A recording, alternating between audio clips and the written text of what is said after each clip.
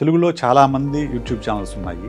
ఒక్కడివే 14 లక్షల సబ్స్క్రైబర్ని ఎలా సాధించగలిగారు? గ్రామీణ ప్రాంతంలో నివసిస్తున్నటువంటి తెలుగు యువతకు నేర్పించడం ఈ ఛానల్ యొక్క ముఖ్య ఉద్దేశం అని చెప్పేసి అందులో ఉంటుంది. ట్రైనర్ లాగా కాకుండా ఒక ఫ్రెండ్ లాగా, ఒక బ్రదర్ లాగా ఉంటుంది కాబట్టి ప్రతి ఒక్కరు కూడా వాళ్ళ ఫ్యామిలీ మెంబర్ లాగా ఓన్ చేసుకోవడం మొదలు పెట్టారు. చాలామంది ఏమంటారంటే యూట్యూబ్ వల్ల పిల్లలు చెడిపోతున్నారని అంటుంటారు. కానీ నువ్వు అదే స్మార్ట్ ఫోన్తో ఒక సామ్రాజ్యాన్ని సృష్టించుకున్నావు. సార్, స్మార్ట్ ఫోన్ని ఏ విధంగా యూజ్ చేస్తున్నాం అనేది అక్కడ మనం గ్రహించాల్సిన విషయం సార్. సో ఫోన్ అనేది లేకపోతే ఒకప్పుడు 5 లక్షలు పెట్టి నేర్చుకునే కోర్స్ని ఈరోజు ఆర్టిఫిషియల్ ఇంటెలిజెన్స్ చాట్బాట్ AI ద్వారా మనము ఆ ప్రాంప్ట్ ఇస్తే, నాకు తెలుసు నువ్వు 10,000 రూపీస్ మొబైల్ ఫోన్తో స్టార్ట్ చేశావు.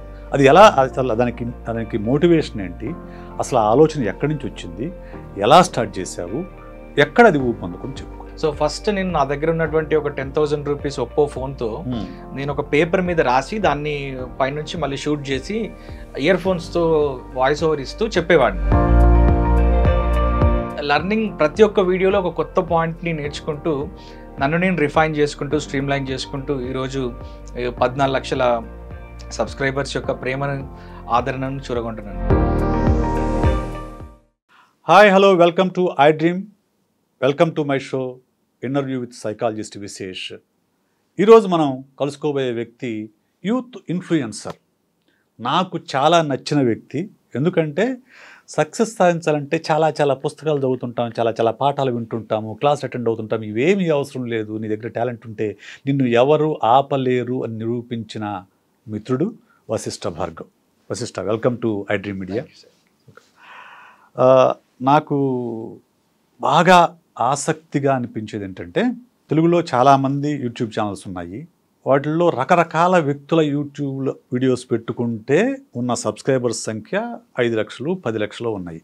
కానీ నువ్వు ఒక్కడివే 14 లక్షల సబ్స్క్రైబర్ని ఎలా సాధించగలిగావు? సరే, నేను ఛానల్ మొదలుపెట్టినప్పుడు నా ఇంటెన్షన్ ఏముండేదంటే, స్పోకెన్ ఇంగ్లీష్ కాన్సెప్ట్స్తోని నేను వచ్చాను కాబట్టి నేను ఇంగ్లీష్ నేర్చుకున్నప్పుడు ఏవైతే ప్రాబ్లమ్స్ ఫేస్ చేశానో ఆ ప్రాబ్లమ్స్ కామన్గా తెలుగు రాష్ట్రాల్లో ఉన్నటువంటి రూరల్ ఫోక్ ఎవరైతే ఉంటారో వాళ్ళందరూ కూడా ఖచ్చితంగా ఇవే ప్రాబ్లమ్స్ ఫేస్ చేస్తారని చెప్పేసి ఒక కంక్లూజన్కి వచ్చిన తర్వాత, సో నేను ఎలా అయితే నేర్చుకున్నాను, తర్వాత నేను ట్రైనర్ అయిన తర్వాత ఎలా నేర్పించడం మొదలుపెట్టాను, ఎలా అప్పుడు ఆ స్టాండర్డ్ ఆపరేటింగ్ ప్రొసీజర్లో సక్సెస్ అయ్యాను అనే వాటి మీద కొంత రీసెర్చ్ చేసి, కేవలం నా ఛానల్ బయోలో చూసినా కూడా ఒకటే ఉంటుంది, గ్రామీణ ప్రాంతంలో నివసిస్తున్నటువంటి తెలుగు యువతకు నేర్పించడం ఈ ఛానల్ యొక్క ముఖ్య ఉద్దేశం అని చెప్పేసి అందులో ఉంటుంది.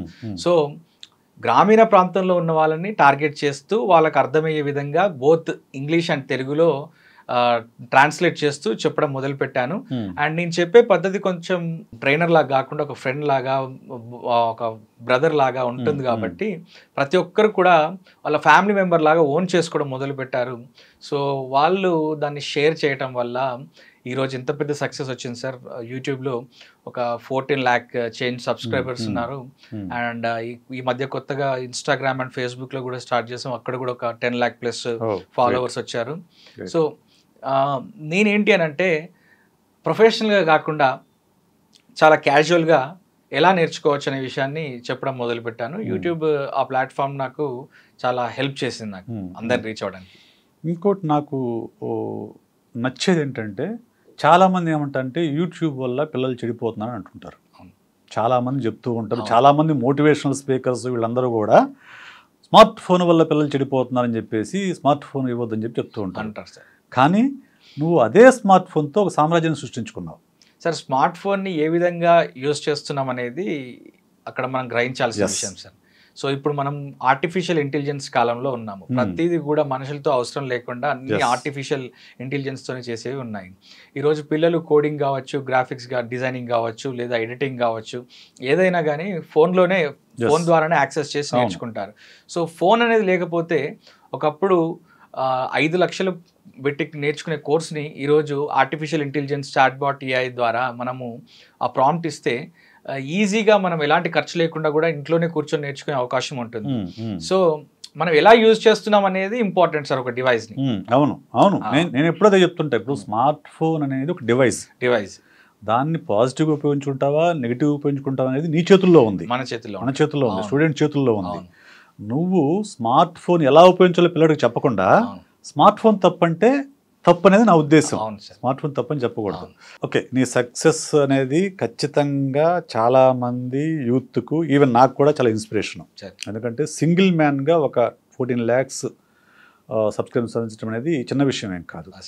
అసలు ఈ జర్నీ ఎక్కడ మొదలైంది, ఎలా మొదలైంది, అసలు నీ బ్యాక్గ్రౌండ్ ఏంటి? నా బ్యాక్గ్రౌండ్ వచ్చేసి వరంగల్ జిల్లాలో ధర్మసాగర్ మండలంలో ఒక చిన్న పల్లెటూరు ముప్పారం అనే గ్రామం నుంచి వచ్చాను నేను. కంప్లీట్గా గ్రామీణ నేపథ్యము, మాది ఒక వ్యవసాయ కుటుంబము. ఆ తర్వాత చిన్న చితక పనులు చేసుకుంటూ టౌన్కి వచ్చాము. ఆ తర్వాత గవర్నమెంట్ కాలేజెస్ స్కూల్స్లో చదువుకొని హైదరాబాద్ దాకా వచ్చాను. ఉస్మానియాలో ఎంఎస్సి ఆర్గానిక్ కెమిస్ట్రీ పూర్తి చేశాను. ఒక 3-4 సంవత్సరాలు జాబ్ చేశాను. ఆ తర్వాత నాకు అప్పట్లో రేవు ముత్యాల రాజు గారు అని చెప్పేసి ఐఏఎస్ ఆఫీసర్ ఉన్నారు. ఆయన ఇన్స్పిరేషన్గా తీసుకొని నేను కూడా సివిల్ సర్వీసెస్ సాధించవచ్చు అని చెప్పేసి గుడ్డిగా దీంట్లోకి ఎంటర్ అయ్యాను. సివిల్స్ కోచింగ్లోకి ఎంటర్ అయ్యాను. ఇక్కడ హైదరాబాద్ బ్రెయిన్ ట్రీలో తీసుకున్నాను. తర్వాత ఢిల్లీకి వెళ్ళాను. ఢిల్లీలో కూడా రాజేంద్ర నగర్లో వాజీరామ్ రవి అక్కడ తీసుకున్నాను కోచింగ్. తర్వాత మళ్ళీ హైదరాబాద్కి వచ్చి ప్రిపరేషన్ కంటిన్యూ చేశాను. సో 4 attemptsలో 2 attempts ఇంటర్వ్యూ దాకా వెళ్ళగలిగాను, బట్ క్రాక్ చేయలేకపోయాను. సో అప్పటికే నాకు ఏజ్ కూడా అయిపోయింది. ఇంకా ఏజ్ అయిపోయిన తర్వాత అటెంప్ట్స్ అన్ని కూడా ఎగ్జాస్ట్ అయిపోయినాయి. ఆ తర్వాత నేను ఏం చేయాలి అని చూస్తున్న క్రమంలో నేను ఇన్ని సంవత్సరాలు, ఒక 7 సంవత్సరాలు నేను నేర్చుకున్నటువంటి అంశాలన్నింటినీ కూడా ఇన్స్టిట్యూట్స్లో క్లాసులు చెప్దామని చెప్పి వెళ్తే గంటకి 200 రూపాయలు 300 రూపాయలు ఇచ్చేవాళ్ళు. నాకెందుకో ఇది కొంత ఎక్స్‌ప్లాయిటేషన్ లాగా అనిపించింది. సో కొంత అప్పుడే యూట్యూబ్ అనే ప్లాట్ఫామ్ కొంత తెలుగు రాష్ట్రాల్లో జియో వచ్చిన తర్వాత బాగా పెనట్రేషన్ వచ్చేసింది కదా. సో అప్పుడు అందరూ వీడియో గేమ్స్ ఆడుతున్నారు, అందరూ బిగ్ బాస్ చూస్తున్నారు, ఐపీఎల్ చూస్తున్నారు కదా. సో ఇలాంటి ఎడ్యుకేషన్ ప్లాట్ఫామ్ని కూడా చూస్తారేమో అని చెప్పి స్టార్ట్ చేశాను గట్ ఫీలింగ్తో. చాలా మంది అప్పుడు స్టార్ట్ చేసినప్పుడు ఎడ్యుకేషన్ ఎవరు చూస్తారు అని అన్నారు. బట్ స్టార్ట్ చేసిన 28 రోజుల్లోనే 1,20,000 మంది సబ్స్క్రైబర్స్ వచ్చారు. అన్ఫార్చునేట్ గా అప్పుడు జగన్మోహన్ రెడ్డి గారు గెలిచి 1,50,000 ఉద్యోగాలు, మన గ్రామ సచివాలయ ఉద్యోగాలు అప్పుడు ఇవ్వడం జరిగింది. ఆ ఉద్యోగాలకు ప్రిపేర్ అవుతున్న ప్రతి ఒక్కరు కూడా ఛానల్ సబ్స్క్రైబ్ చేసుకొని సబ్స్క్రైబర్స్ అయిపోయి ఆ ఛానల్కి ఒక ఇనిషియల్ థర్స్ట్ అనేది, ఒక ఇనిషియల్ ఎంకరేజ్మెంట్ అనేది ఆ టైంలో నాకు కలిసి వచ్చింది. నేను 2019 ఆ టైంలోనే ఆ నోటిఫికేషన్ పడే ముందు ఒక 1 month ముందే, అంటే ఒక కోఇన్సిడెన్స్, అది వస్తుందనే విషయం తెలియదు, అప్పుడు స్టార్ట్ చేశాను. ఇది ఎప్పుడు మానిటైజ్ అవుతుందో అని చెప్పి అనుకున్నాను. 2 years 3 years 4 years అవుతుంది కావచ్చు అనుకున్నాను. బట్ 28 daysలో 1,20,000 మంది సబ్స్క్రైబర్స్ వచ్చారు. అండ్ ఫస్ట్ మంత్ శాలరీ వచ్చేసి 1,22,000 వచ్చింది సార్. ఫస్ట్ మంత్ మీకు 1,22,000 ఫ్రమ్ యూట్యూబ్ వచ్చింది. Okay okay. ఇక్కడ ఒక నాకు డౌట్ వస్తుంది వశిష్ఠ. ఇప్పుడు యూజువల్గా సివిల్స్ ఒకవేళ ఇంటర్వ్యూ దాకా వెళ్ళి క్రాక్ చేయలేక వచ్చిన వాళ్ళు వెంటనే గ్రూప్స్ వైపు వెళ్తారు. అవును, ఓకే, గ్రూప్స్ రాస్తారు, లేకుంటే ఇంకేదైనా జాబ్ చేసుకుంటారు. అలా కాకుండా నువ్వు స్పోకెన్ ఇంగ్లీష్ వైపు ఎందుకు వచ్చావు? సార్ నేను ఫస్ట్ సివిల్ సర్వీసెస్ కోసమని కలలు కన్నప్పుడు పార్ట్ టైమ్గా నేను స్పోకెన్ ఇంగ్లీష్ ట్రైనర్గా పనిచేశాను. స్పోకెన్ ఇంగ్లీష్ ట్రైనర్గా పనిచేశాను కాబట్టి నాకు స్పోకెన్ ఇంగ్లీష్ ప్యాటర్న్ మీద కంప్లీట్గా స్టాండర్డ్ ఆపరేటింగ్ ప్రొసీజర్ ఎలా నేర్పిస్తే బాగుంటుంది అనే విషయం మీద బాగా నేర్చుకున్నాను. ఆ తర్వాత నేను గ్రూప్స్ రాద్దాం అనుకున్నా, బట్ ప్యారలర్గా అంటే యూట్యూబ్ ఛానల్ నడిపిస్తూ మళ్ళీ ప్రిపేర్ అవుదాం అనుకున్నా. కానీ యూట్యూబ్ ఛానల్ని అనుకున్న దానికంటే కూడా 100 times పైన సక్సెస్ అయ్యేసరికి గ్రూప్స్ కంటే ఇదే బాగుందని చెప్పి ఇక్కడే సెటిల్ అయిపోయాను. Okay okay. గ్రూప్స్ ఆఫీసర్ కావాల్సిన వాడు యూట్యూబ్ ఇన్ఫ్లుయెన్సర్గా సెటిల్ అయిపోయావు. ఈ యూట్యూబ్ ఛానల్ ఎలా స్టార్ట్ చేసావు నువ్వు? ఇది ఎందుకు చెప్పాలనుకున్నానంటే చాలామంది యువకులు ఏమనుకుంటుంటారంటే మాకు అది లేదు, ఇది లేదు, ఆ అవకాశం లేదు, ఈ అవకాశం లేదని చెప్పేసి బ్లేమ్ చేస్తూ ఉంటారు, బ్లేమ్ గేమ్ ఆడుతూ ఉంటారు. సో అలా కాకుండా నాకు తెలుసు నువ్వు 10,000 రూపీస్ మొబైల్ ఫోన్తో స్టార్ట్ చేసావు. అది ఎలా, అసలు దానికి మోటివేషన్ ఏంటి, అసలు ఆ ఆలోచన ఎక్కడి నుంచి వచ్చింది, ఎలా స్టార్ట్ చేసావు, ఎక్కడ అది ఊపందుకొని చెప్పుకో. సార్ యాక్చువల్గా నాకున్న కాంటెంట్ని చాలా వరకు నేను ఫేస్బుక్లో రాస్తుండేవాడిని, దానికి మంచి రీచ్ వచ్చేది. సో ఇందులో కామన్ గా ఉండే ఒక కామన్ రీచ్ ఉండే పాయింట్ ఏంటి అంటే స్పోకెన్ ఇంగ్లీష్ అని అనుకున్నాను.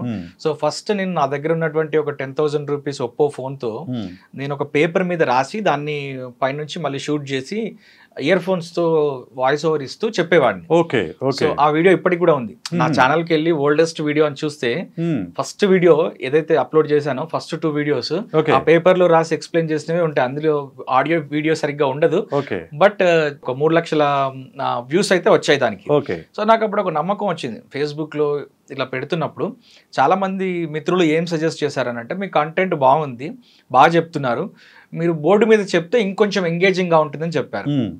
సో ఈ ప్రయాణంలో నేను మా ఫాదర్ దగ్గర ఒక 2,000 తీసుకొని బోర్డు కొందామని చెప్పి అమీర్పేట హిమాలయ స్టోర్కి వెళ్తుంటే నా డబ్బులు 2,000 రూపాయలు పోయినాయి. టీ తాగుదామని చెప్పి మధ్యలో ఒక దగ్గర ఆగితే పోయినాయి అవి. సో మళ్ళీ ఇంటికి వచ్చేసి ఉన్న టైంలో ఇప్పుడు నేను పెళ్లి చేసుకున్న అమ్మాయి ఎవరైతే ఉన్నారో ఆవిడకి పరిస్థితి చెప్తే మళ్ళీ వచ్చి ఇస్తే తీసుకున్నాను. తీసుకుని అలా బోర్డు మీద క్లాసెస్ స్టార్ట్ చేయడం మొదలు పెట్టాను. సో ఫస్ట్ నాకు బోర్డు ఉంటే సరిపోతుంది, సెల్ ఫోన్ ఉంటే సరిపోతుంది అని అనుకున్నాను. మైక్ కూడా ఉండాలన్న విషయం తర్వాత అర్థమైంది. తెలియదు అప్పటికి. మైక్ ఉంటేనే వాయిస్ అనేది రీసౌండ్ రాకుండా వస్తుంది అనే విషయం. మైక్ కొనుక్కున్నాను, ఒక బోయా M1 మైక్ కొనుక్కున్నాను. ఈ 3 ఉన్న తర్వాత లైటింగ్ సరిగ్గా లేకపోతే బోర్డు బ్లాంక్ అయిపోతుంది, మొత్తం బ్లాక్ అవుట్ అవుతుంది అనే విషయాన్ని ఆ తర్వాత నేర్చుకున్నాను.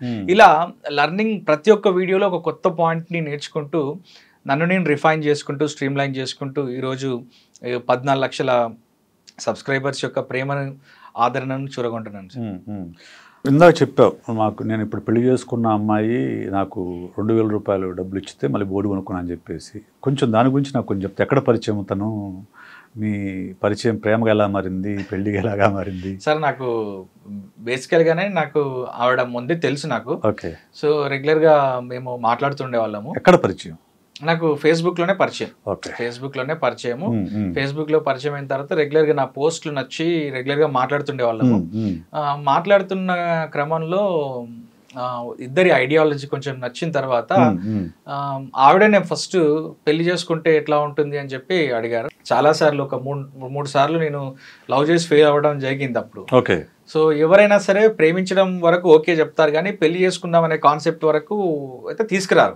పెళ్లి చేసుకుందాం అని అంటే మళ్ళీ దానికి ఈక్వేషన్స్ అన్ని చూసుకుంటారు. క్యాస్ట్, రీజన్, ఎంత సంపాదిస్తున్నాడు, ఎంత బ్యాక్గ్రౌండ్ ఉంది, రేపు ఎలా ఉంటారు అని చేశారు. బట్ ఈ అమ్మాయికి పెద్దగా ఏం తెలియదు. అంతా కూడా నేను రాసే వాటిని నమ్ముతుంది, నిజమనే నమ్ముతుంది. నిజం అబద్ధం అనేది ఆవిడకి తెలియదు, అప్పటికి నమ్ముతుంది.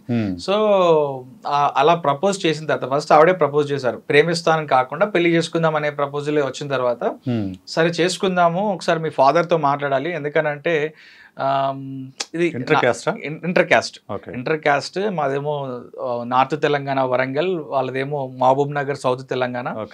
So complete different cultures amalgamation లాంటిది సార్ ఇది. సో వాళ్ళ ఫాదర్ తో వెళ్ళినప్పుడు మాట్లాడినప్పుడు కూడా వాళ్ళ ఫాదర్ ఒకటే అన్నారు, మీరు కలిసి ఉంటే మంచిగా బతికితే సరిపోతుంది, నాకు డబ్బు బ్యాక్గ్రౌండ్ ఇదంతా అవసరం లేదు, కట్టెలు కొట్టుకొని ఒక గుడిసెలో బతికినా సరిపోతుంది, కానీ మీరు ఎలాంటి చీకు చింత లేకుండా గొడవలు లేకుండా కలిసి ఉండాలి అని చెప్పారు. ఆయనకు కూడా నేను చెప్పినప్పుడు ఫ్రాంక్ గా హానెస్ట్ గా, నేను ఒక టీచర్ని, నాకు ఇప్పుడు 12,000 జీతం వస్తుంది, నేను దిగిపోయే టైంకి, రిటైర్ అయ్యే టైంకి నాకు ఒక 25-30 వేల వరకు వస్తుంది, అంతకు మించి ఏం రాదు అని అంటే పర్లేదు అని చెప్పి ఆయన కూడా ఒప్పుకున్నారు సార్. ఇది ఈ రకంగా జరిగింది. సో అంటే ఇప్పుడు మీ పెళ్ళయ్యే టైంకి నీ సబ్స్క్రైబర్స్ ఎంతమంది ఉన్నారు? నా పెళ్ళయ్యే టైంకి అంటే సార్, నేను ఇప్పుడు వాళ్ళ ఇంటికి వెళ్ళి మాట్లాడే టైంకి నాకు ఒక 2,000 మంది సబ్స్క్రైబర్సే ఉన్నారు. అంతే. ఈ ఛానల్ చూసి పెళ్లి చేసుకోలేదు మిమ్మల్ని? లేదు, లేదు. ఆ అమ్మాయి నాకు పరిచయం అయినప్పటికీ ఛానల్ కూడా లేదు. పెళ్లి చేసుకుందామని అడిగిన తర్వాత నాకు కొంచెం సీరియస్నెస్ వచ్చింది. ఏదో ఒక చేసి నేను సంపాదించాలి డబ్బు, నెలకు 10,000 వచ్చినా సరిపోతుంది. అమ్మాయికి అప్పటికే స్టాండర్డ్స్ అండ్ పూర్స్ అని చెప్పేసి S&P గ్లోబల్ లో సాఫ్ట్వేర్ జాబ్ ఉంది, మంచి శాలరీతో సాఫ్ట్వేర్ జాబ్ ఉంది. సో నాకేం సెటిల్మెంట్ లేదు అప్పటికి. సో నేను అప్పుడు కొంచెం రెస్పాన్సిబిలిటీ తీసుకోవాలి, నేను కూడా నా వంతు ప్రయత్నం కూడా చేయాలి అని చెప్పి చేశాను సార్. ఇప్పుడు మీ జర్నీలో ఆమె పాత్ర ఏంటి? ఆమె పాత్ర ఖచ్చితంగా నాది ఎంత ఉంటుందో బ్యాక్గ్రౌండ్ నుంచి ఆవిడది కూడా అంతే ఉంటుంది సార్. ఎందుకనంటే నా యొక్క క్రియేటివ్ స్పేస్కి ఆమె చాలా ఎక్కువ ఇంపార్టెన్స్ ఇస్తుంటుంది. అండ్ ఇప్పుడు నాకు వశిష్ట 360 అంటే చాలా మందికి యూట్యూబ్, ఇన్స్టాగ్రామ్లో ఇట్లా ఇన్ఫ్లుయెన్సర్గా ఉండి క్లాసులు చెప్తున్నాడు అనేది తెలుసు. బట్ 2 తెలుగు రాష్ట్రాల్లో Amazon, Flipkart, Meesho and Jio mart లాంటి ఈ కామర్స్ సైట్స్లో వశిష్ట 360 అతిపెద్ద book sellers, online book sellers. అంటే ఒక కొన్ని వేల రకాల టైటిల్స్ని మేము ఆన్లైన్లో అమ్ముతుంటాం అన్నారు. సో అదంతా కూడా నా వైఫ్ సంధ్య చూసుకుంటుంది. నేనేమో ఈ కంటెంట్ క్రియేషన్ వైపు నేను చూసుకుంటాను. సో నేను సివిల్ సర్వీసెస్లో ప్రిపేర్ అయినప్పుడు నాకు స్ట్రాటజీస్ నాకు తెలుసు కాబట్టి నేను మ్యూచువల్గా అంటే ఒకేసారి సైమల్టేనియస్గా ఇద్దరం కలిసి ఆ బిజినెస్ ఆవిడకి ఎలా మెయింటైన్ చేయాలో నేర్పిస్తున్నాను. నేను ఈ కాంటెంట్ క్రియేషన్ కూడా నిర్విరామంగా ఎలా చేయాలో చేస్తున్నాను సార్. నాకు ఒక స్పష్టమైన మార్పు కనపడింది వశిష్ట. ఎందుకంటే నాకు నువ్వు ఫేస్బుక్లో పరిచయం సార్. ఫేస్బుక్లో ఉన్నప్పుడు నీ రాతల్లో చాలా ప్రోగ్రెసివ్ ఐడియాలజీ కనిపించేది. Okay, once you become success, Vashishta 360 అనే ఛానల్ సక్సెస్ అయిన తర్వాత నీ రాతల్లో ఆ ప్రోగ్రెసివ్నెస్ నాకు కనిపించడం లేదు. What is your take on that? ఒకప్పుడు ప్రోగ్రెసివ్నెస్ ఏమీ లేనప్పుడు, కడుపు గాలినప్పుడు, ఏది లేనప్పుడు రాశాము. బట్ ఆ తర్వాత నేను సోషల్ మీడియాని ఎంతసేపు నాకు కొంత టైం మిగిలితే నన్ను నేను మార్కెట్ చేసుకోవడానికి వాడుకున్నాను తప్ప రాయడానికి పెద్దగా టైం కేటాయించలేదు. అంటే సమస్యల మీద కావచ్చు, సిద్ధాంతాల మీద కావచ్చు, లేదంటే ఇంకేదైనా విషయం మీద, అంశం మీద కావచ్చు, నేను దాన్ని రాయడానికి పెద్ద ఉపయోగించలేదు. అంటే నాకు ఒక 10 నిమిషాలు గ్యాప్ దొరికితే డిజిటల్ మీడియా మార్కెటింగ్ లాగా నాకు ఎవరు ఎంప్లాయీస్ లేరు డిజిటల్ మీడియా మార్కెట్ చేయడానికి. సో నేనే సెల్ ఫోన్ పట్టుకుంటాను కాబట్టి ఫేస్బుక్ పేజీలో, ఇన్స్టాగ్రామ్ పేజీలో, ట్విట్టర్లో కావచ్చు, లేదా మన యాప్లో, నా యాప్ ఉంది సార్, యాప్లో కావచ్చు, యూట్యూబ్లో కావచ్చు, వీటన్నిటి మీద నేనే పని చేయాల్సి ఉంటుంది. చేస్తూ వచ్చాను. అండ్ ఆ ప్రోగ్రెసివ్నెస్ లోపల ఉంది, కానీ బయటికి రాస్తే ఇప్పుడు ఉన్నటువంటి వ్యవస్థ మనల్ని అంగీకరిస్తుందా లేదా అని చెప్పి. అప్పుడంటే ఒక అనామకుడుగా ఉన్నప్పుడు మన మీద రాళ్ళు విసరడానికి పెద్ద స్కోప్ లేదు, ఒక అనానిమస్ గా ఉంటాం మనం, నష్టం ఉండదు. కానీ ఇప్పుడు మనకు ఒక స్ట్రాంగ్ ఫౌండేషన్ పడి ఇప్పుడు ఒక స్ట్రాంగ్ బిల్డింగ్ లాగా ఉన్నాం కాబట్టి మనం ఎక్కడ ఉన్నామనేది తెలిసిపోతుంది. కాబట్టి ఈజీ టార్గెట్ అయిపోతాం మనము మన యొక్క భావ వ్యక్తీకరణ కనుక చేస్తే ఈజీ టార్గెట్ అయిపోతాం. ఈజ్ ఇట్ నాట్ ఎస్కేపిజం అంటే సార్, ఇప్పుడు నేను చూసిన వరకు నా ఇంటెన్షన్ ఏంటి అని అంటే, చాలా మంది ఉన్నారు నాలా రాసేవాళ్ళు, రాస్తూనే ఉన్నారు. ఇప్పుడు ఒక సిగరెట్ పెట్ట మీద కానీ, ఒక మందు బాటిల్ మీద కానీ, మందు తాగొద్దని, దానితో క్యాన్సర్ వస్తూనే ఉన్నది. బట్ ఎవరి అభిప్రాయాలు వాళ్ళకు ఉంటాయి. సో దీని మీద చాలా వరకు ఏమవుతుంది అని అంటే, ఒక ఫేస్బుక్లో లేదా ఇంకేదైనా ప్లాట్ఫామ్లో రాస్తే 500 మంది చూస్తారు, 200 మంది లైకులు కొడతారు, 50 మంది కామెంట్లు పెడతారు. బట్ దీంతో పెద్దగా మార్పు అయితే ఏం రాదు. మనము స్వతహాగా ఎదిగిన తర్వాత ఏదైనా ఒకటి చేస్తే వింటారు, ఏమి చేయనప్పుడు చెప్తే మనము, షారుఖ్ ఖాన్ ఒక మాట అంటాడు సార్, ఫిలాసఫీ మాట్లాడాలంటే ముందు కొంత సంపాదించి ఒక స్థాయి తెచ్చుకున్న తర్వాత మాట్లాడాలి. నువ్వు ఇప్పుడు 14 లక్షల సబ్స్క్రైబర్స్ ఉన్నారు మీకు, ఓకేనా? ధ్రువ్ రాఠీ అనే ఒక కుర్రాడు ఈ రోజు మొన్న ఎలక్షన్స్ లో భారతదేశం మొత్తాన్ని ప్రభావితం చేశాడు. సో బీజేపీని అధికారానికి కొంచెం దూరంలో ఆపగలిగాడు. మరి ధ్రువ్ రాఠీ అనేవాడు ఏ రెస్పాన్సిబిలిటీతో ఆ వీడియోస్ చేశాడు. సో అలాగే మీరు కూడా సోషల్ ఇన్ఫ్లుయెన్సర్. ఓకే, మీరు ఇంతకు ముందు మీ రాతల్లో కనిపించిన ఆ ప్రోగ్రెసివ్ ఐడియాలజీ కానివ్వండి, ఆ సోషల్ రెస్పాన్సిబిలిటీ కానివ్వండి, ఈ మధ్యకాలంలో నేనైతే మిస్ అవుతున్నా, పూర్తిగా మిస్ అవుతున్నా. You have turn total into business man. Is there any chance to come back to as a social responsible citizen? తప్పకుండా ఉంటది. ఇప్పుడు ఏమైందంటే సార్, ఇండియాలో మనము ఏదైనా ఒక నిజాన్ని కానీ ఏదైనా విషయాన్ని నిర్భయంగా చెప్పినప్పుడు, భావ వ్యక్తీకరణ చేసినప్పుడు, ధ్రువ్ రాఠీ విషయం ఒకటి, ఆయన ఇక్కడ ఉండడు సార్. ఆయన జర్మనీలో కొన్ని రోజులు, ఆస్ట్రేలియా కొన్ని రోజులు, ఆయన మిడిల్ ఈస్ట్ మన యూరోప్ లో ఉంటాడు ఆయన. సో యూరోప్ లో అటు ఇటు షెఫ్లు అవుతూ వాళ్ళ వైఫ్ తో అక్కడ ఉంటాడు కాబట్టి అన్ని దొరకబడడం కూడా కష్టం. మనం ఇక్కడ అదేం లేదు అతను, ఎందుకంటే ప్రతి నెల ఇండియాకి వచ్చి వెళ్తూ ఉంటాడు, పంజాబ్ లో ఉన్న వాళ్ళ ఫ్యామిలీ దగ్గరికి వచ్చి వెళ్తూ ఉంటాడు. సో ఇక్కడ ఏమవుతుంది అని అంటే, మనం ఏదైనా రాస్తే మన యొక్క నార్మల్ నుంచి డీవియేషన్ వైపుకి ఎక్కువ తీసుకెళ్తుంటారు. మన యొక్క నార్మల్ నుంచి డీవియేషన్ కి అంటే, ఇప్పుడు నేను చాలా టెండర్ స్టెప్స్ తో, చాలా మీనియల్ బ్యాక్గ్రౌండ్ తో వచ్చిన నేను ఈ ప్యాటర్న్స్ అన్ని నేను అబ్జర్వ్ చేసిన తర్వాత, నాకు ఒక ఫ్యామిలీ ఉంది, ఒక పాప ఉంది. సో దీని నుండి నేను డివియేట్ అయితే వాళ్ళు ఏమైనా ఎఫెక్ట్ అవుతారేమో అనే ఉద్దేశంతో మాత్రమే నేను చేయలేదు. బట్ ఖచ్చితంగా ఏదో ఒక టైంలో మాత్రం వీటన్నిటిని పక్కన పెట్టి దాంట్లో కూడా ఎంటర్ అయ్యే అవకాశం 100% ఉంది sir. I'm waiting for the right time. నాకు ఫస్ట్ మీరు పరిచయం అయినప్పుడు వశిష్ఠ భార్గవ్ అనే తెలుసు, అది మీ అసలు పేరు కాదని. మీరు దళిత్ కాదని, ఆయన దళితని ప్రొజెక్ట్ చేసుకొని యూజ్ చేస్తున్నారని కొన్ని విమర్శలు నేను విన్నా. దానిపైన మీ టేక్. సార్ విషయం ఏంటి అని అంటే, నేను దళితనం ఎక్కడ చెప్పలేదు. ఓకే. ఎవరు కూడా ఇప్పుడు ఫర్ ఎగ్జాంపుల్ శ్రీశైలం వెళ్ళాం మేము. అక్కడికి వెళ్ళిన తర్వాత ఒక్కొక్క కులానికి ఒక్కొక్క కుల భవనం ఉంటుంది. వాళ్ళు మీ ఆధార్ కార్డు ఇవ్వండి, మీ యొక్క ప్రూఫ్ చూపించండి అని అడుగుతారు. అలాంటి ప్లేసులో నేను ఎప్పుడు చూపించలేదు, చూపించడానికి ఇష్టపడలేదు. ఇంత ప్రోగ్రెసివ్ ఐడియాలజీ ఉన్నోడు క్యాస్ట్ గురించి ఎప్పుడు కూడా చెప్పడానికి ఇష్టపడరు. సో దళిత్ అనేది ఒక సమస్య కాబట్టి దళిత విషయంలో రాశాము.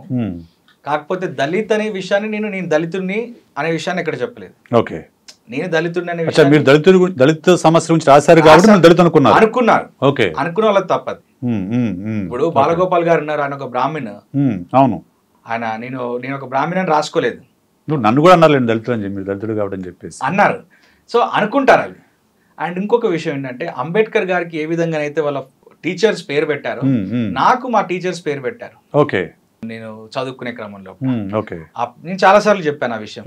బీబీసీ ఇంటర్వ్యూలో కూడా చెప్పాను నేను. అదే విషయం చెప్పాను. నన్ను మిస్టేక్ చేసుకోవద్దు అంటే, నా ఒరిజినల్ పేరు కంటే కూడా ఈ పేరు ఎక్కువ తెలుసు కాబట్టి, నాకున్నటువంటి సోషల్ మీడియా ఫ్రెండ్స్కి ఎక్కువ తెలుసు కాబట్టి, వాళ్ళందరితో నేను కోరిలేట్ అయ్యి నన్ను ఈజీగా గుర్తుపడడం కోసం అని చెప్పేసి, నాకు ఆల్ ఇండియా లెవెల్లో నేను ఢిల్లీలో కోచింగ్ తీసుకున్నప్పుడు నాకు ఫ్రెండ్స్ ఉన్నారు కాబట్టి, వాళ్ళందరికీ నేను అర్థం కావాలి అని చెప్పే ఉద్దేశంతో ఆ నేమ్తో వచ్చాను నేను. అది పెద్ద విషయం ఏం కాదని అనుకుంటున్నాను. అంటే నాకు పెద్ద విషయం అనిపిస్తుంది వశిష్ఠ. ఎందుకంటే వశిష్ఠ, భార్గవ్ రెండు కూడా it denotes the upper caste names. అదే. ఓకే. బ్రాహ్మణికల్ నేమ్స్ అని అనిపిస్తుంది నాకు. అది ఎలా వచ్చింది నీకు అసలు? అది ఎలాగా? సార్ మా ఇన్స్టిట్యూట్లో మేము వాజీరామ్ రవి, శ్రీరామ్స్ ఐఏఎస్ రెండు ఇన్స్టిట్యూట్లో నేను కోచింగ్ తీసుకున్నాను. తీసుకుంటున్నప్పుడు ఏమైందంటే, మన తెలుగు వాళ్ళు ఎక్కువ ఫ్యాకల్టీస్ ఉండేవాళ్ళు అక్కడ. సో వాళ్ళు ఏంటంటే 2-3 వంశీకృష్ణాలు ఉంటే, వాళ్ళు అక్కడ ఒక సారు పబ్లిక్ అడ్మినిస్ట్రేషన్ చెప్పే సార్ ఏం చేశారని అంటే, ఆయన he started calling me as Vashishta Bhargav అని మిస్టేక్ లో పిలిచారు.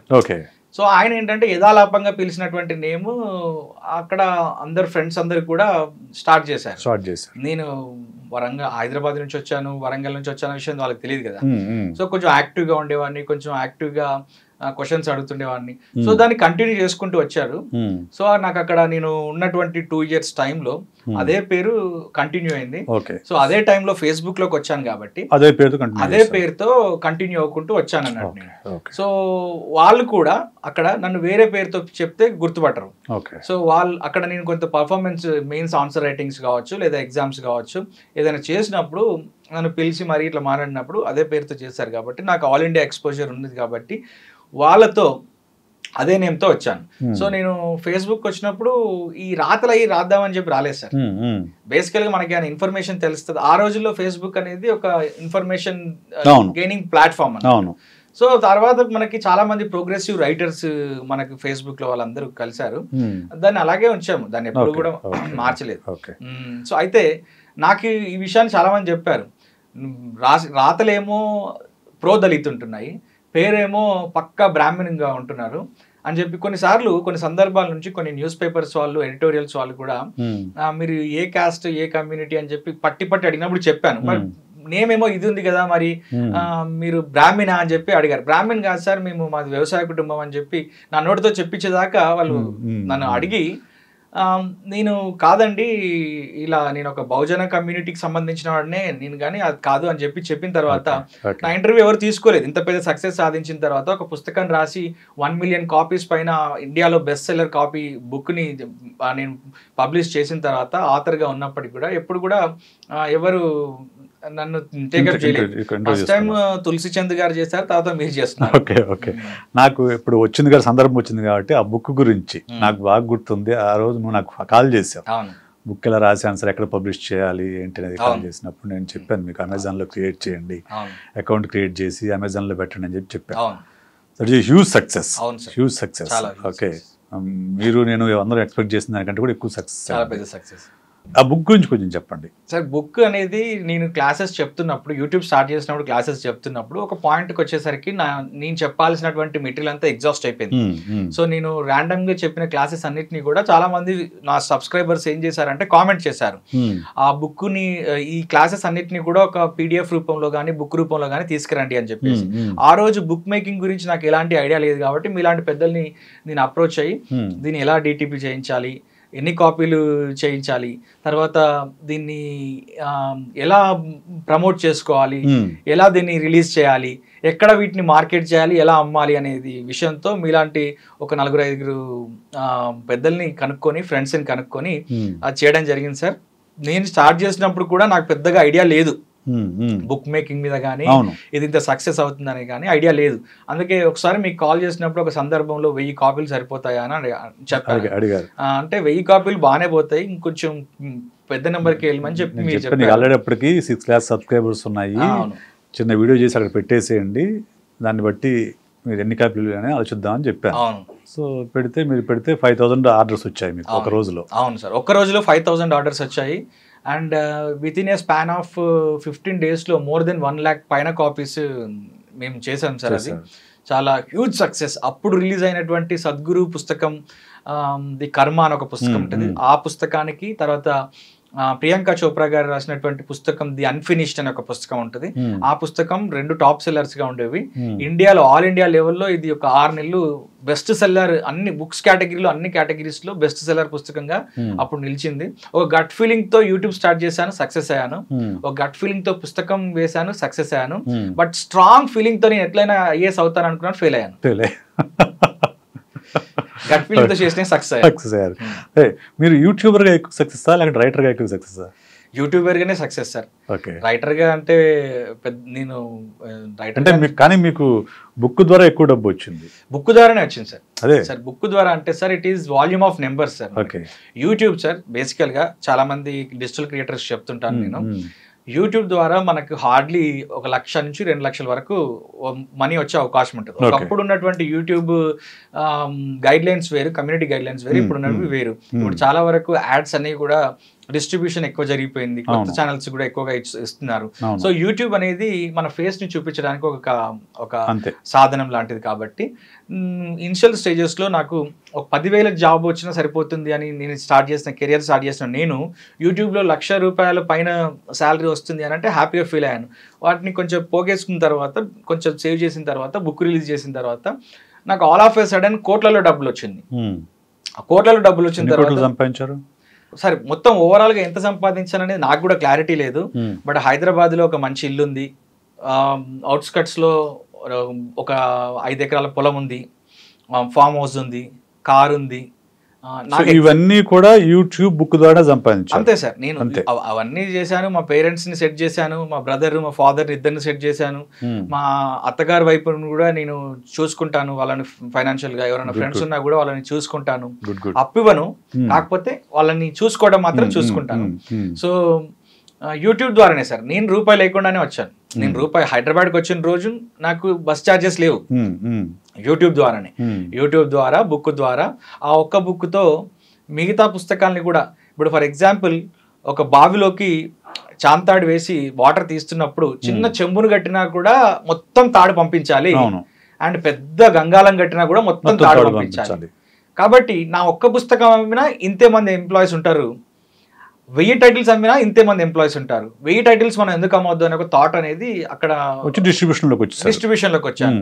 ఇప్పుడు ఆన్లైన్ లో అతిపెద్ద డిస్ట్రిబ్యూటర్ని అయ్యాను.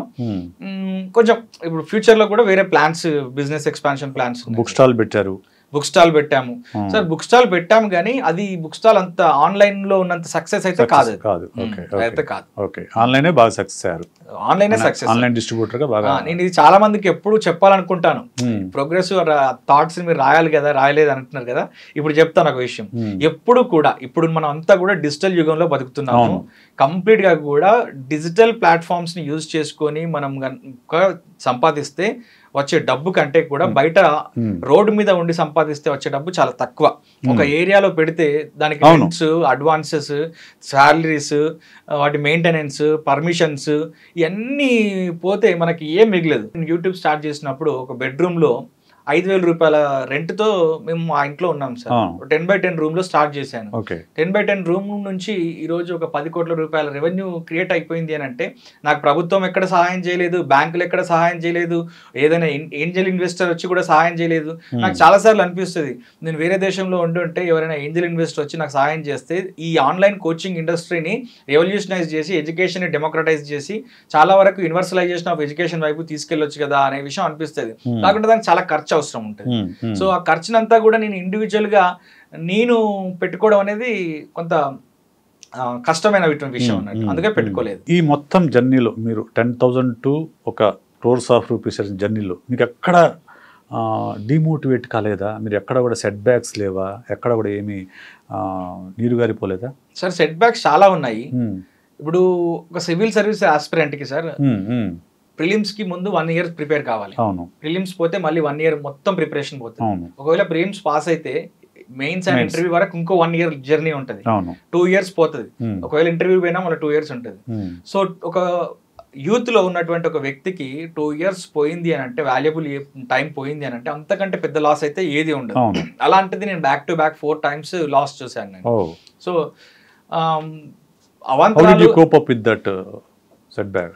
సార్ ఒక్కటే నేను ఏమనుకుంటాను అని అంటే, మనల్ని ఎవడు పడేయలేడు, మనల్ని ఎవడు లేపలేడు. ఎవరో లేపేవాళ్ళు అయితే ఎప్పుడో లేపేవాళ్ళు, పడేయాలనుకున్నా కూడా ఎవరైనా పడేసేవాళ్ళు. ఇంత పెద్ద సక్సెస్ వచ్చినప్పుడు కూడా మనల్ని టార్గెట్ చేసి పడేసేవాళ్ళు.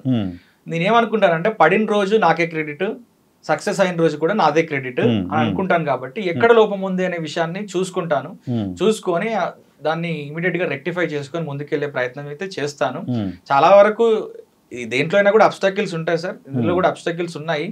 బట్ ఏంటంటే ఒక ప్రిపరేషన్ ప్లాన్ లో చదువుకొని వచ్చాను కాబట్టి చాలా విషయాలు నాకు అర్థమైనాయి. కాబట్టి ఇప్పుడు ఫర్ ఎగ్జాంపుల్ నేను ఏ విషయం కంపేర్ చేసుకున్నా కూడా ఇండియా కంటే కూడా ఒక సంవత్సరం తర్వాత చైనాకి స్వాతంత్రం వచ్చింది. కానీ ఈ రోజు ప్రపంచ దేశాలన్నింటినీ కూడా సాధించే లెవెల్లో చైనా తన ఆర్థిక శక్తిని ఇంప్రూవ్ చేసుకోగలిగింది. బట్ ఇండియా చైనాలో కనీసం పావుల వంతు కూడా చేసుకోలేకపోయింది. ఒక ఆస్పిరెంట్ గా నేను నేర్చుకున్న విషయం అది. సో వాళ్ళ ప్లానింగ్ ఎలా ఉంది, మన ప్లానింగ్ ఎలా ఉంది, ఒక ఇండివిజువల్ స్కేల్లోకి వచ్చేసరికి ఒక మనిషి నిలబడటానికి ప్లానింగ్ ఎలా ఉండాలి అనే విషయాన్ని నేను ఆ లెవెల్ నుంచి మైక్రో లెవెల్ వరకు నేను అర్థం చేసుకున్నాను. కాబట్టి ఫస్ట్ డబ్బు రాగానే నేను బైక్ కానీ గోల్డ్ కానీ లేదా ఇంకేది కొనలేదు. ఫస్ట్ నాకు మేరా భారత్ మహాన్ అని నేను చెప్తున్నాను కదా, భారతదేశం నా మాతృభూమి అని చెప్తున్నాను కదా, ఈ భూమి మీద నాకు భూమి లేదు, ఫస్ట్ భూమి కొందామని చెప్పి భూమి కొన్నాను. ఆ తర్వాత నాకు కొంచెం స్టెబిలిటీ వచ్చింది. ఆ తర్వాత నాకు ఇల్లు లేదు కదా, ఇల్లు కడదామని చెప్పి ఒక ఫామ్ హౌస్ కట్టాను. ఆ తర్వాత నాకు కారు ఉంటే బాగుంటుంది, నేను ఇప్పుడు కొంత ప్లేసెస్కి వెళ్తున్నాను కదా ఇన్ఫ్లుయెన్సర్గా, అక్కడికి వెళ్ళాలంటే నాకు కారు ఉంటే మొబిలిటీ ఈజీగా ఉంటుంది అని చెప్పి కారు కొనుక్కున్నాను. ఆ తర్వాత నేను ఇల్లు కొనుక్కున్నాను, ఆ తర్వాత బిజినెస్ స్టార్ట్ చేశాను. ఇలా స్టెప్ బై స్టెప్ ఒకదాని తర్వాత ఒకటి క్లియర్ కట్గా ప్లాన్ చేసుకుంటూ నా దగ్గర ఉన్నటువంటి ఫైనాన్సెస్ ని, చాలా మంది అనుకుంటారు సార్ నేను బుక్ ద్వారా సక్సెస్ అయ్యాను, యూట్యూబ్ ద్వారా సక్సెస్ అయ్యాను అని అనుకుంటారు. కానీ మన దగ్గర ఉన్నటువంటి ఫైనాన్సెస్ ని ఎలా ప్లాన్ చేసుకుంటున్నాం అనే దాని మీదనే నేను సక్సెస్ అవుకుంటూ వచ్చాను. ఫైనాన్షియల్ ప్లానింగ్ లో నేను గోల్డ్ మీద కొంత ఇన్వెస్ట్మెంట్, ఎస్ఐపిల మీద కొంత ఇన్వెస్ట్మెంట్, మ్యూచువల్ ఫండ్స్ మీద కొంత ఇన్వెస్ట్మెంట్, ల్యాండ్ మీద ఇన్వెస్ట్మెంట్, ప్లాట్స్ మీద ఇన్వెస్ట్మెంట్, ఇలాన్నింటినీ డిస్ట్రిబ్యూట్ చేసుకుంటూ వచ్చాను. కాబట్టి ఆల్ ఆఫ్ ఏ సడన్ గా ఈ రోజుకి నా వ్యవస్థలన్నీ ఆగిపోయినా కానీ నాకు ఏమీ అవ్వకుండా నేను చేసుకున్నాను సార్. సందర్భం వచ్చింది కాబట్టి ఇందాక మీరు అన్నారు సెట్ బ్యాక్స్ ఉంటాయి, కొంతమంది కిందకి లాడడానికి ప్రయత్నం చేస్తారు అనేది ఉంటుంది. ఆ మధ్యకాలంలో మీ మీద కొంత వివాదం వచ్చి కిందకి లాడడానికి కూడా ప్రయత్నం చేశారు, ట్రోల్ చేయడానికి కూడా ప్రయత్నం జరిగింది. ఏం జరిగింది, మీరు ఎలా దాని నుంచి బయటకు వచ్చారు?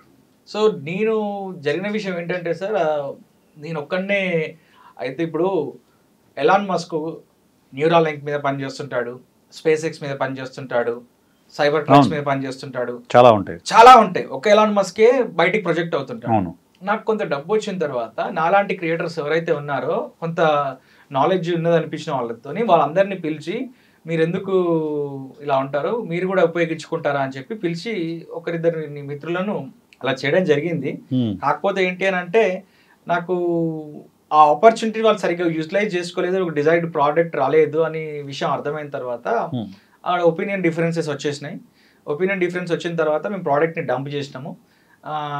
దీంట్లో మనం ఏదో మోసం చేసినట్టు వాళ్ళు ఫీల్ అయ్యారు కాబట్టి ట్రోల్స్ వచ్చినాయి. సో ట్రోల్కి రెస్పాండ్ అవుతాయి కదా మనము దానికి వాల్యూ జస్ట్ ఇగ్నోర్డ్ ఇట్ అంతే, ఇగ్నోర్ చేశాను నేను అంతే. అప్పుడు మీలాంటి పెద్దలు కొంతమంది నాకు సలహా ఇవ్వటం వల్ల నేను ఇగ్నోర్ చేసుకుంటూ వచ్చాను. ఆ తర్వాత నాకు అర్థమైన విషయం ఏంటి అని అంటే మనం పట్టించుకుంటేనే దానికి వాల్యూ ఉంటుంది, పట్టించుకోకపోతే దానికి వాల్యూ లేదనే విషయం అర్థమైంది అప్పుడు. ఒక వ్యక్తిగా మొదలైన వశిష్ట ఈరోజు నాకు తెలిసి మీ దగ్గర ఒక 20 మంది ఉన్నారు ఎంప్లాయీస్? 25 మంది ఉన్నారు. 25 మంది ఎంప్లాయీస్ ఉన్నారు. ఈ జర్నీ చూసినప్పుడు మీకేమనిపిస్తుంది? How do you feel about yourself? చాలా హ్యాపీగా ఫీల్ అవుతాను సార్. అండ్ ఇంకోవైపు చాలా వరకు యాంగ్జైటీ కూడా ఉంటుంది. ఇంతమందిని అసలు ఏమీ లేని నేను, ఎలాంటి ఎక్స్పెక్టేషన్ లేని నేను ఇంతమందిని ఎంప్లాయ్మెంట్ ఇచ్చాను అండ్ ఇంత దూరం వచ్చాను అండ్ వీటిని ఎన్ని రోజులు సస్టైన్ చేయగలుగుతాననే యాంగ్జైటీ ఉంటుంది. ఇంకా ఎన్ని రోజులు సస్టైన్ చేయగలుగుతాము, ఏం చేయాల్సి వస్తుంది. ఎందుకంటే స్టార్టింగ్ పాయింట్ ఉన్న దానికి ఖచ్చితంగా ఎక్స్పైరీ పాయింట్ కూడా ఒక దగ్గర ఉంటది. సో దానికి రైట్ స్ట్రాటజీ లేకుండా ఎక్కడో ఒక దగ్గర బోల్తా కొడే అవకాశం కూడా ఉంటది.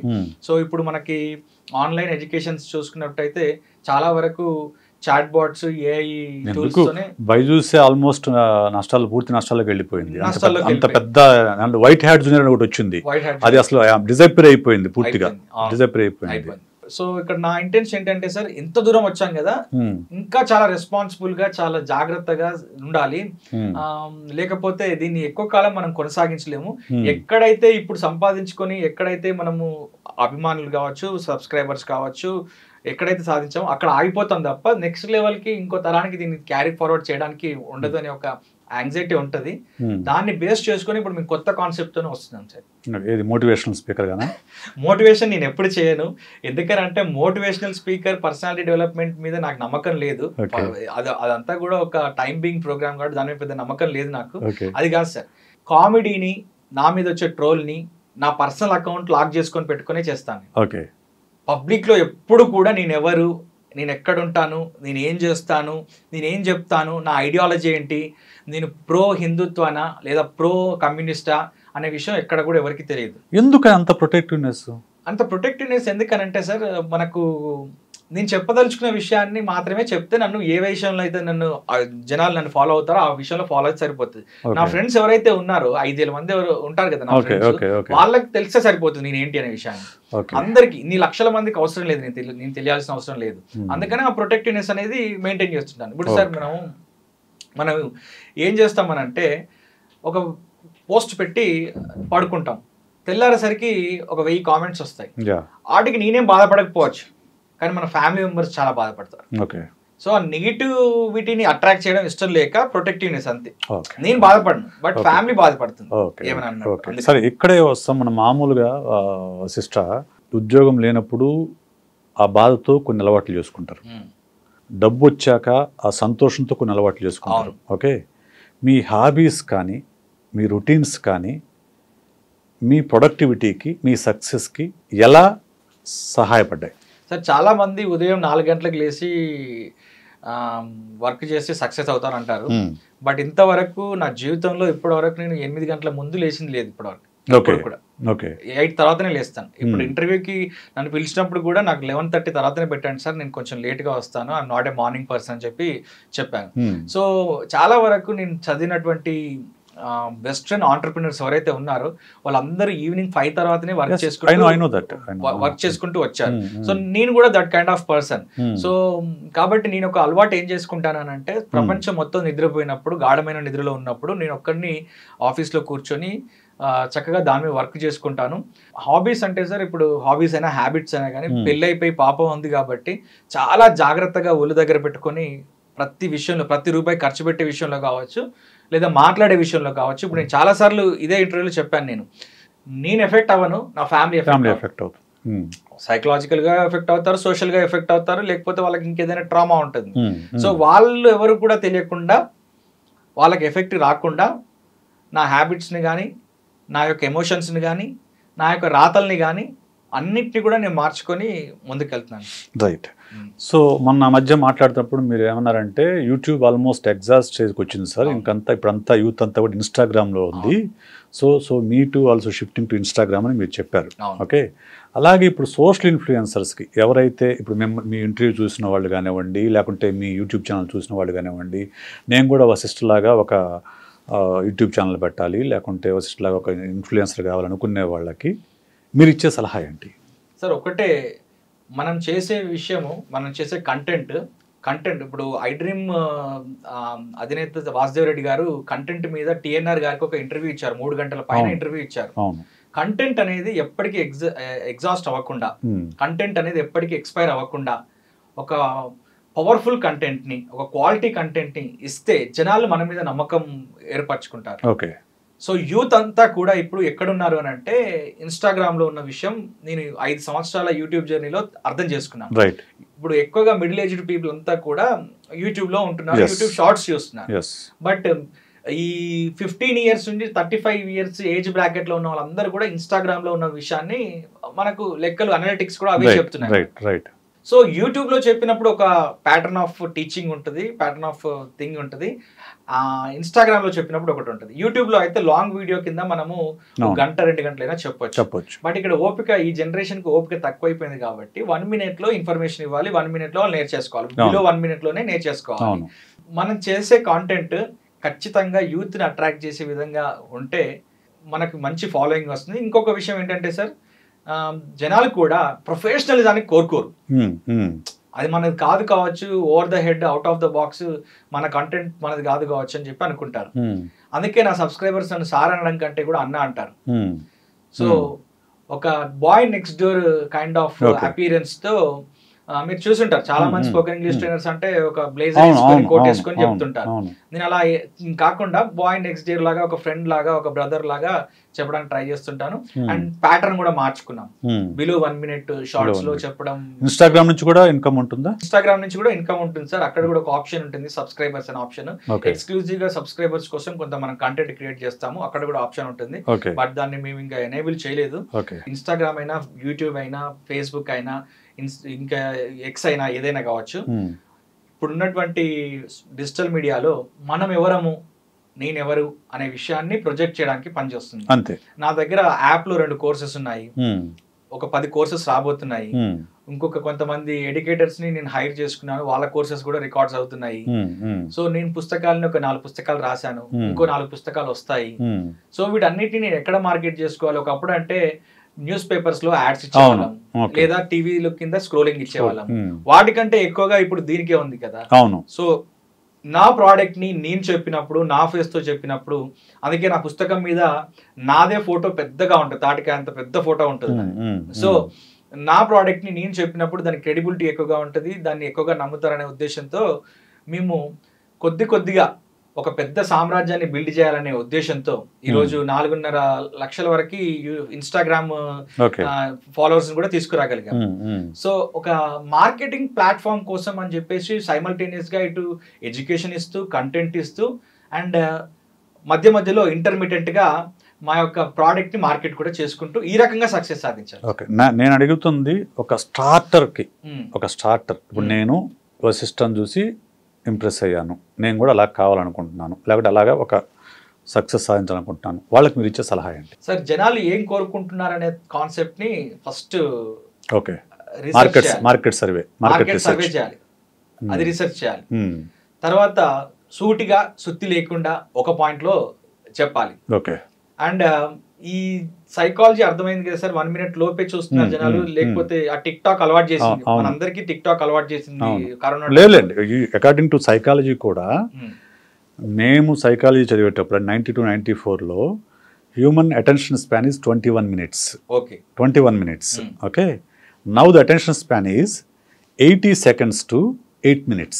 Okay, it is came down to 80 seconds. Lowest attention span 80 seconds. Okay. అందువల్లనే మన ఈ షార్ట్స్ అన్ని కూడా 60 seconds ఉంటాయి. ఓకే. యూట్యూబ్ వీడియోస్ అన్ని కూడా 10 minutes దగ్గరే ఉంటాయి. ఎందుకంటే బియాండ్ దట్ చూడటం లేదు ఇప్పుడు ఈ జనరేషన్కి లేదు. అంతేగానే దానికి సైకలాజికల్ రీజన్స్ ఉన్నాయి. లార్జ్ యూజర్ బేస్ ఉన్నటువంటి ప్లాట్ఫామ్స్ ని చూస్ చేసుకోవాలి. ఇన్స్టాగ్రామ్ కి ఉంది, మళ్ళీ ట్విట్టర్, ఇప్పుడు ఎక్స్ కి అంత లార్జ్ యూజర్ బేస్ లేదు. ఓకే. అదే స్నాప్ చాట్ కి లేదు. ఓకే. సో ఫేస్బుక్ అనేది అది ఒక మిడిల్ ఏజ్డ్ పీపుల్ పారడైజ్ అయిపోయింది. ఓకే. కొత్తగా వచ్చే వాళ్ళు కానీ, కొత్తగా యూత్ ఎవరైతే స్మార్ట్ ఫోన్ ఫీచర్ ఫోన్స్ వాడుతున్నారో వాళ్ళందరూ ఇన్స్టాగ్రామ్ లో ఉంటారు వాళ్ళు. సో ఈ వన్నిటిని కూడా మనం రీసెర్చ్ చేయాలి. యూత్ అంతా ఎక్కడున్నారు? ఫర్ ఎగ్జాంపుల్ సార్, నేను 10 ఏళ్ల తర్వాత రాజకీయాల్లో పోటీ చేయాలనుకుంటే ఇప్పుడు యూత్ టార్గెట్ చేసుకోవాలి. అవును. ఎందుకంటే 10 ఏళ్ల తర్వాత వాళ్ళ కోట హక్కు వస్తుంది. అవును అవును. వాళ్ళని నేను ఒక ఫ్యాన్స్ తయారు చేసుకోవాలి. వాళ్ళందరి లోపల నేను ఎవరు అనేది ఒక ఇంప్రెషన్ క్రియేట్ చేసుకోవాలి. సో నేను 10 ఏళ్ల తర్వాత కూడా నా మార్కెట్ ని, నా బిజినెస్ ని, నా యొక్క కాంటెంట్ ని తీసుకెళ్లాలనుకుంటున్నాను కాబట్టి నెక్స్ట్ 10 ఏళ్ల తర్వాత వచ్చి ఇంకో 10 ఏళ్ల వరకు ప్రొపగేట్ చేసేది వీలే కాబట్టి నేను అవుట్డేట్ అవ్వకుండా ఇన్స్టాగ్రామ్ లాంటి ప్లాట్ఫామ్స్ ని చూస్ చేసుకున్నాను. ఎవరికైనా చెప్పినప్పుడు యూట్యూబ్ కంటే కూడా డబ్బు రాకపోయినప్పటికీ ఇన్స్టాగ్రామ్ ని చూస్ చేసుకోండి, ఇన్స్టాగ్రామ్ తర్వాతనే యూట్యూబ్ చూస్ చేసుకోండి అని తర్వాత ఇప్పుడు చెప్తున్నాను. ఓకే ఓకే సరే, మీరు అన్నారు కాబట్టి చెప్తున్నా. ఫ్యూచర్ ప్లాన్స్ ఏమున్నాయా పాలిటిక్స్లోకి వచ్చే ఆలోచనలు? సార్ అది ఎప్పుడు ఏమవుతుందో తెలియదు. Okay. But politics is not for money are for power sir. Politics is for next generation అని నమ్ముతాను నేను. ఓకే. సో కాబట్టి పాలిటిక్స్ అండ్ రెస్పాన్సిబిలిటీ పాలిటిక్స్ చేయాల్సిన టైంలో వచ్చినప్పుడు మాత్రం ఖచ్చితంగా 100% వస్తాను. ఆ బ్యాక్గ్రౌండ్ వర్క్ కూడా చేసుకుంటున్నాము. ప్రతి ఒక్క పార్టీలో నా యొక్క శ్రేయోభిలాషులు కానీ లేకపోతే నేను అభిమానించే నాయకులు కానీ ఉన్నారు. వాళ్ళందరితో మాట్లాడుతున్నాము, చేస్తున్నాము. బట్ ఇప్పుడే రావద్దు అనేది మా యొక్క ఇంటెన్షన్ అన్నట్టు. దానికి టైం ఉంది. బట్ పాలిటిక్స్ అనేది మన లైఫ్ లో ఒక భాగం కాబట్టి అందరు చెప్పినట్టు పాలిటిక్స్ అంటే డబ్బు, పాలిటిక్స్ అంటే చెత్త, విమర్శ అనేది కాదు. పాలిటిక్స్ మనం కాకపోతే ఇంకెవరు చేస్తారనేది నా intention. Thank you so very much Vashishtha.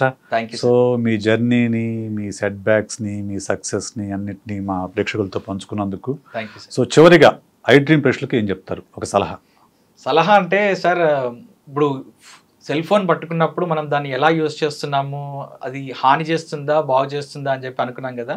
So ఈ కంటెంట్ని మనం మన జీవితంలో ఎలా అయితే పైకి తీసుకొస్తుందో దానికి యూజ్ చేసుకోవాలనే విషయాన్ని చెప్తాను సార్. ఓకే. సో అంటే సెల్ ఫోన్ని మీ గ్రోత్ కోసం, మీ డెవలప్మెంట్ కోసం ఉపయోగించుకోవాలి సార్. అంతే. అంటే ఎడ్యుకేషన్ కోసం కావచ్చు, స్ట్రాటజీస్ కోసం కావచ్చు, రీసెర్చ్ కోసం కావచ్చు, అనాలిసిస్ కోసం కావచ్చు, చాలా విషయాల కోసం మనం దాన్ని ఉపయోగించుకోవాలి. ఎందుకంటే our time is very limited. So it is waste of living in some other else's time. కాబట్టి మన టైం ని మనం యూజ్ చేసుకోవాలి. అది sir. Okay sir, thank you so very much. Thank you sir.